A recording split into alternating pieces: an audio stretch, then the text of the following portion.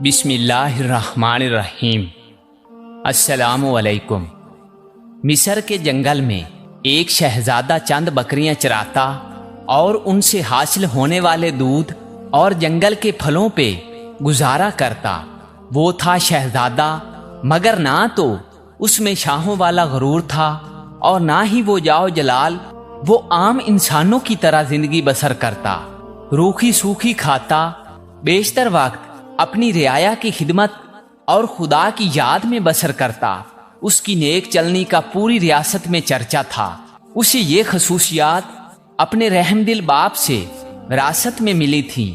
ایک دن شہزادہ معمول کے مطابق رعایا کے مسائل سننے کے بعد جنگل میں دنیا سے بے نیاز خدا کی یاد میں مہو تھا کہ اس نے دیکھا کہ ایک غریب لکڑہارا اپنے گدھے کو ساتھ لیے لکڑیاں کاٹ رہا ہے اور اس سے باتیں بھی کیے جا رہا ہے، حالانکہ اسے معلوم تھا کہ نہ تو گدھا اس کی بات سن رہا ہے نہ ہی سمجھ رہا ہے، اور پھر وہ زارو قطار رونے لگا۔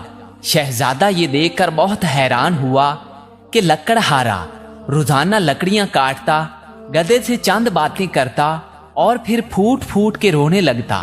چند روز یہی معاملہ رہا، جب رحم دل شہزادے سے اس کا رونا دیکھا نہ گیا اور وہ یہ گتھی سلجھانے میں ناکام رہا تو بالآخر درخت کی اوٹ سے باہر آ گیا اور لکڑہارے سے پوچھا، اے لکڑہارے، تیرے اس طرح بلک بلک رونے کی وجہ کیا ہے؟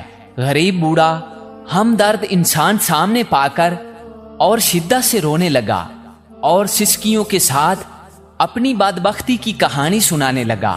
میرا ایک بیٹا تھا جسے خدا نے بے تحاشا دولت سے نوازا تھا، ہر طرح کا عیش اسے میسر تھا۔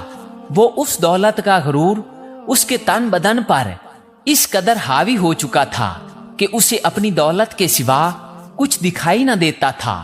اپنے غریب رشتہ داروں کو دھکے دیتا، انہیں ذلیل و رسوا کرتا۔ پھر اس کی بربادی کا دن آ گیا اور میری دور کی ایک رشتہ دار دوسری ریاست سے میرے گھر سوالی بن کر آئی، یہ سوچ کر کے مشکل میں اپنے ہی کام آتے ہیں۔ وہ بہت غریب تھی، اس کی بیٹی کی شادی قریب تھی مگر کوئی انتظام نہ ہو پایا تھا۔ اسے کچھ رقم کی ضرورت تھی۔ وہ اللہ کی نیک بندی تھی، بیشتر وقت عبادت میں گزارتی تھی، مگر میرا بیٹا دولت کے نشے میں اندھا ہو چکا تھا۔ اس عورت کو دھکے مار کر گھر سے نکال دیا۔ یہی وہ وقت تھا جب ہماری بربادی شروع ہوئی۔ اسی رات سرخ آندھی چلی، بجلی کڑکی اور تیز بارش ہوئی۔ میں اور میرا بیٹا اپنے نرم بستر پر میٹھی نیند سو رہے تھے اور وہ عورت پوری رات ہمارے دروازے سے لگی روتی رہی۔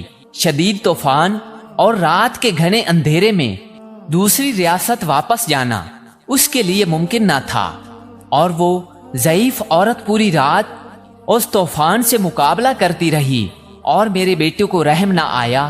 صبح جب میری آنکھ کھلی تو مجھ پہ قیامت ٹوٹ پڑی۔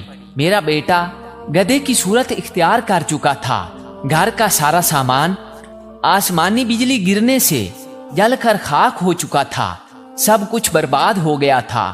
اس سب میں میرا قصور یہ ہے کہ میں نے اپنے بیٹے کو غرور و تکبر کرنے سے نہ روکا، برائی کی طرف بڑھتا ہوا کوئی قدم نہ روکا، اور اب یہ عالم ہے کہ میں جنگل سے لکڑیاں کاٹتا ہوں اور اپنے ہی بیٹے پہ لاد کر بیچنے لے جاتا ہوں، اور اسی سے ہم باپ بیٹے کا گزر چلتا ہے۔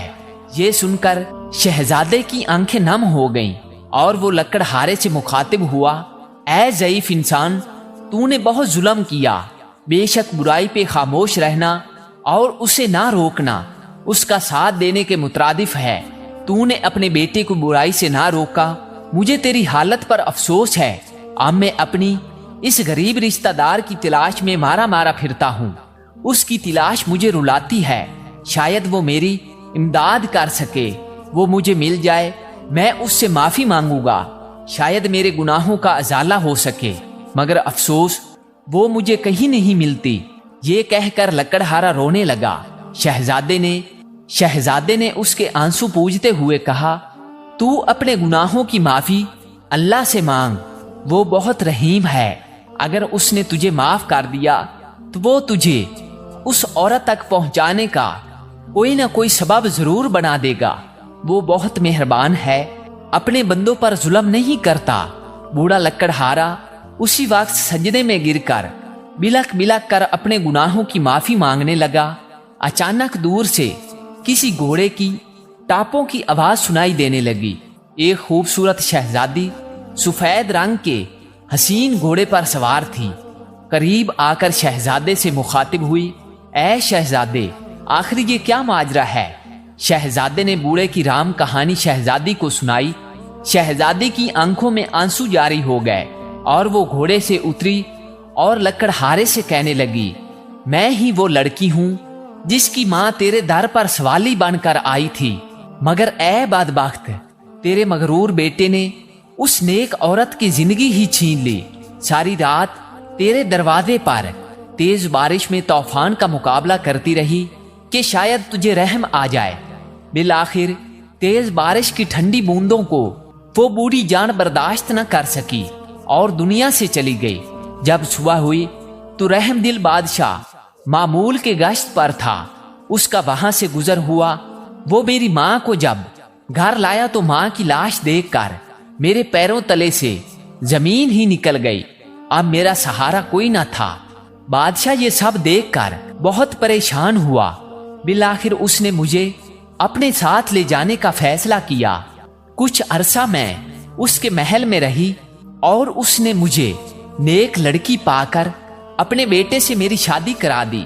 شاید یہ میری ماں کی دعاؤں کا نتیجہ تھا جس نے میری خاطر اپنی جان قربان کر دی، اور اس رب نے مجھ غریب کو فرش سے اٹھا کر عرش پر بٹھا دیا اور اس نیک شہزادے سے میری شادی کرا دی جو اس وقت تیرے سامنے کھڑا ہے، اور تجھے تیرے مغرور بیٹے کے کرتوتوں نے عرش سے فرش پر گرا دیا۔